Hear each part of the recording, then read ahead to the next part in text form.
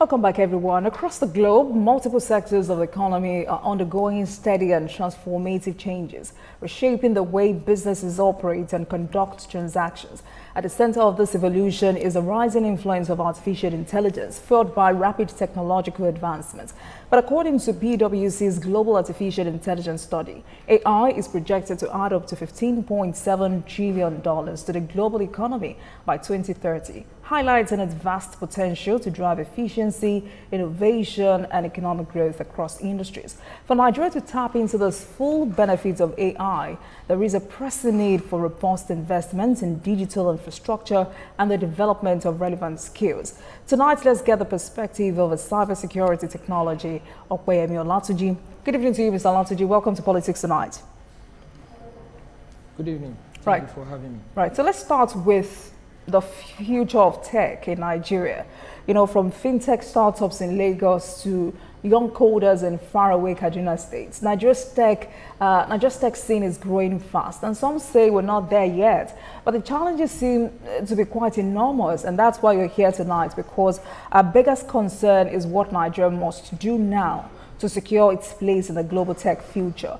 But first, are Nigerian universities and schools preparing students for future tech careers?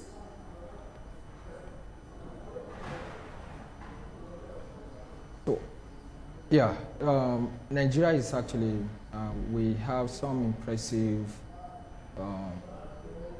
I would say, steps that we've taken, coming from the policy, from what NITDA is also trying to achieve, that the 3 million technical talents by 2027, and there are also of other programs, I believe, that are going on.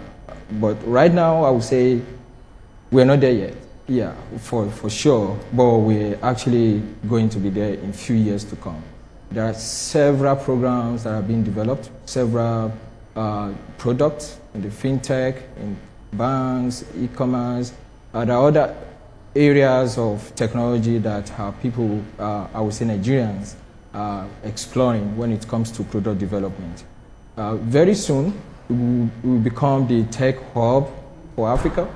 I would say there are a lot of things to achieve. There are a lot of progress to be made. But I tell you, we're getting there. All right, so if you say we're not there yet, is this so because we do not know what to do with technology, or experts do not have the thriving environment for these careers to thrive? So my next question would be, how can technology help solve Nigeria's problems, you know, in areas like education, health, and agriculture, for instance? Yeah, so first of all, let me take why I say we're not there yet. For any nation to leverage technology, especially when it comes to artificial intelligence, there are a lot of frameworks that should be on ground, right? We're talking about the AI governance itself. Before you start using a technology, you must have prepared for it. You must have prepared for risks that come out of it. Technology is good. You have the pros and the cons. And then Nigeria needs to, first of all, get it right when it comes to policy. What is the regulatory compliance that needs to be met? And are we ready to enforce it? Take, for instance, AI. It has its own risk.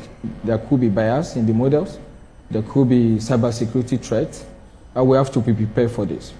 Even developed countries, it's not as if they are 100% there. Like AI is a new thing. Talk about the deepfakes, for instance.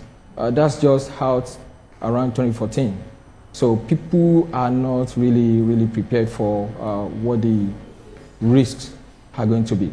It could be like data loss. It could be someone having access to a personally identifiable information. I play a lot when it comes to cybersecurity and AI, and I've had the opportunity to deal with some threats coming out of AI. Now, that's one part. The second part will be the skills.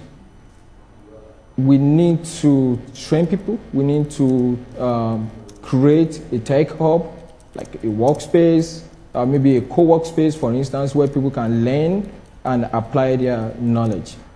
I've had instances where some Nigerian graduates have reached out to me looking for a place to put to experience the practical aspect of what they learned in school, right? So school itself, our education is going to be around theoretical aspect of AI or technology.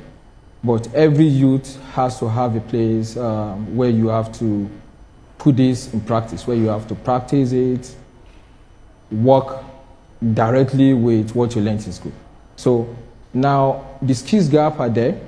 We need to develop our youth. We need to have a program. It's going to be nationwide, or it could be regional, actually. All right. But we need to have a kind of setup for that. All right. So if you say we're not there yet, I wonder why. But if you also say it doesn't look like we're almost there, I'm more concerned. Perhaps I should have started with your assessment of the Ministry of Communication, Innovation and Digital Economy. What's your assessment of the ministry? Yeah. I will be factual with you. They are doing a great job. So I know NITDA is also under this ministry. They've kind of created what they call the National Artificial Intelligence Strategy. They have the 3 MTT that I mentioned a few minutes ago. They're also working on a lot of regulatory aspects of AI. So I would say they are doing a great job. And that is where to start from. They are getting it right when it comes to the preliminary things that that any nation needs to fulfill before you really go into full adoption of AI. If you look at Nigeria, I would say we have started adopting AI. And I would say from one of the reports that Federal Ministry of Communication and Innovation and Digital, what they published, we say about 44% yearly. You know, that would be the average growth rate when it comes to AI adoption, which is a good thing. And I would say they're doing a great job.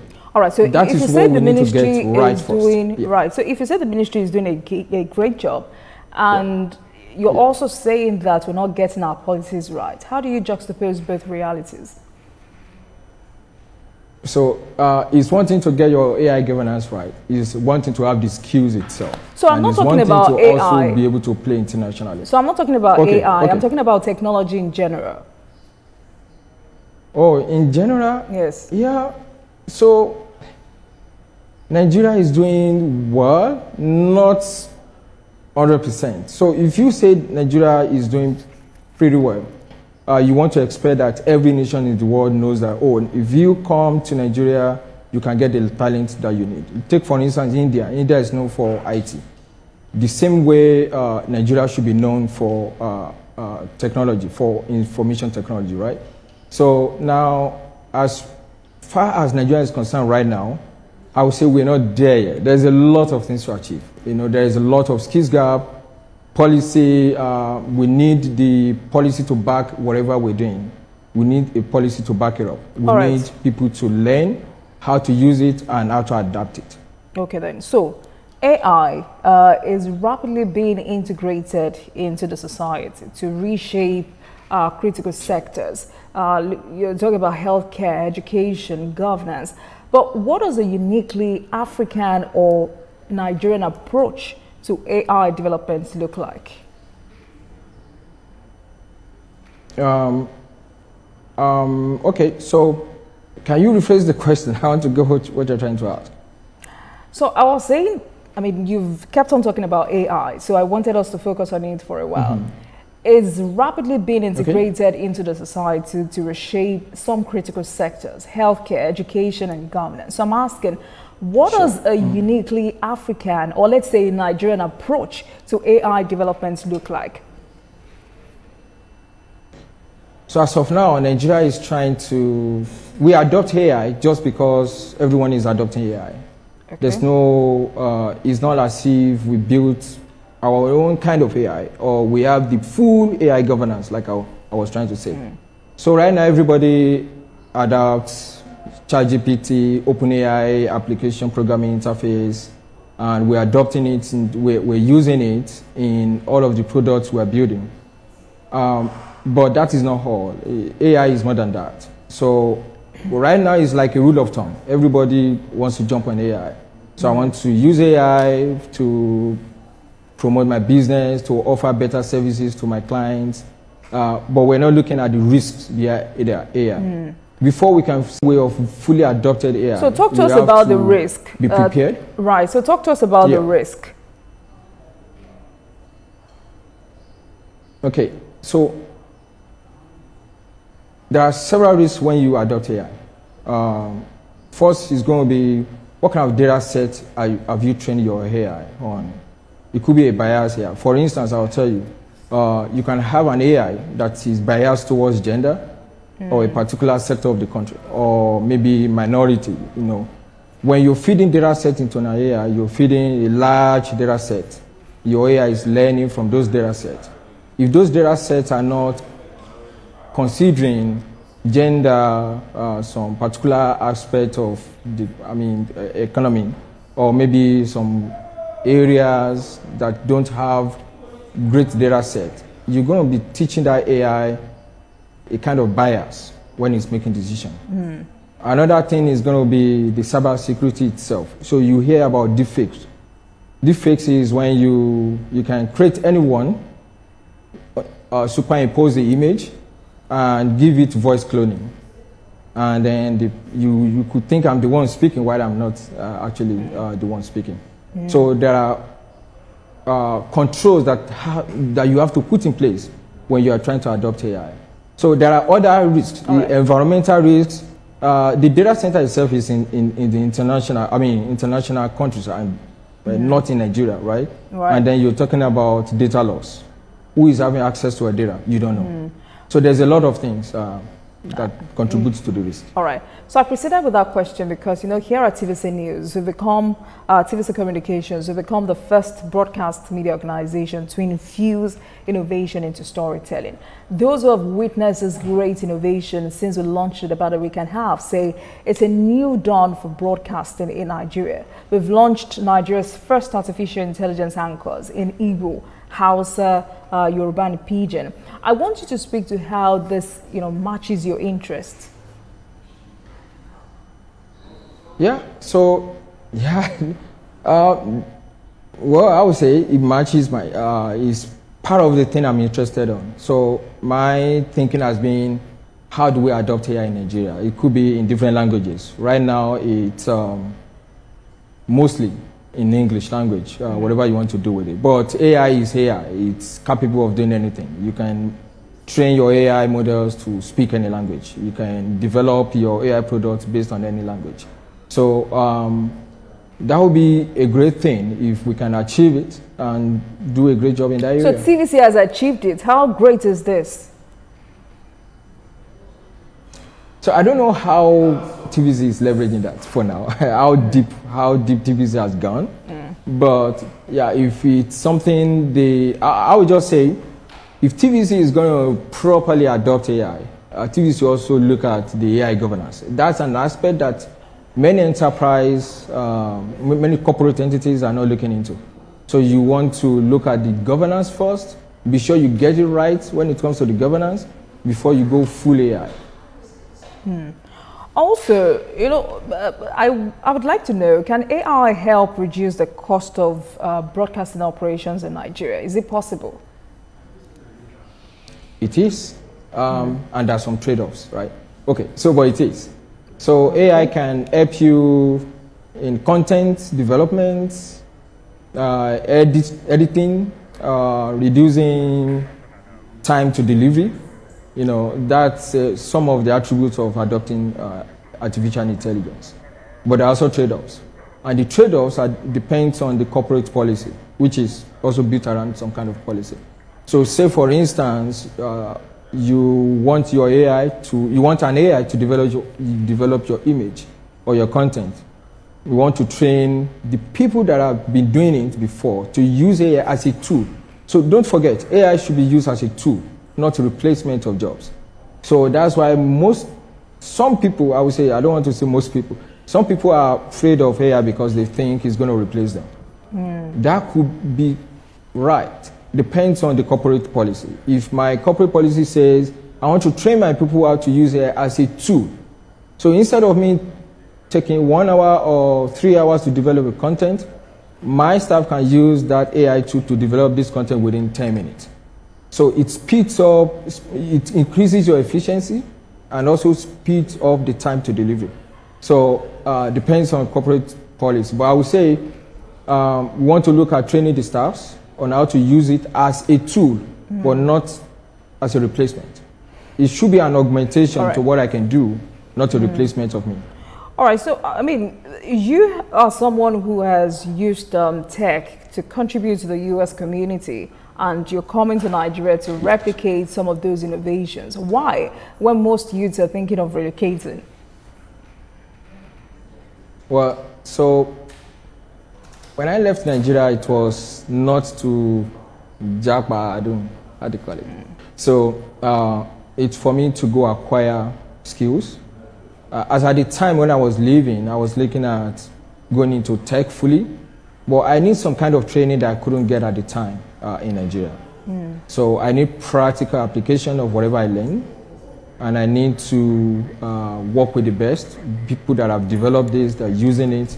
They do this every day of their lives. And that's what I got when I left for the US. In the US, I've used technology for cybersecurity, both offensive and defensive. And I've also developed products that are geared towards giving customers the best service that they can get. And then I've also gone into social media, entertainment, trying to develop products that are IT enabled to make life easy for people. I would say easier, of course, for people. Now, my intention all these years was to bring whatever I can bring to Nigeria, you know, to develop my country. I'm passionate about Nigeria. So when people see Nigeria as some people as a failed state, I do not. I see opportunities. I see where we can develop ourselves. I work with several people from different countries. And I've seen where Nigerians work in the US, and they are very, very good. They are even better than most people. So we can bring these skills back to Nigeria and develop our nation. All right. Quickly before I let you go, Mr. Opeyemi, you talked about training, and so I would like to ask, how can government support youth and tech in Nigeria? And I'm asking because, you know, Mr. President has reaffirmed his administration's commitment to supporting Nigeria's youth-driven economy. I mean, he has a Minister of Communications, Innovation and Digital Economy in the person of Bosun Tijani. Is government even doing enough? In 30 seconds. Yeah. Okay, so I'll tell you, far back in 2023, I trained over 200 people for free, both in Python programming, website design, and all of that. My aim is to establish a tech hub, also a co-work space where we can teach people in cybersecurity, AI, and other things. Thank you. All right, then. Opeyemi Olatunji, cybersecurity, technology, and real estate expert. Thank you so much for joining us in the program. Thank you. Thank you so much. Yeah. All right, let's go to break, and when we come back, we'll continue this conversation. Please stay with us, everyone.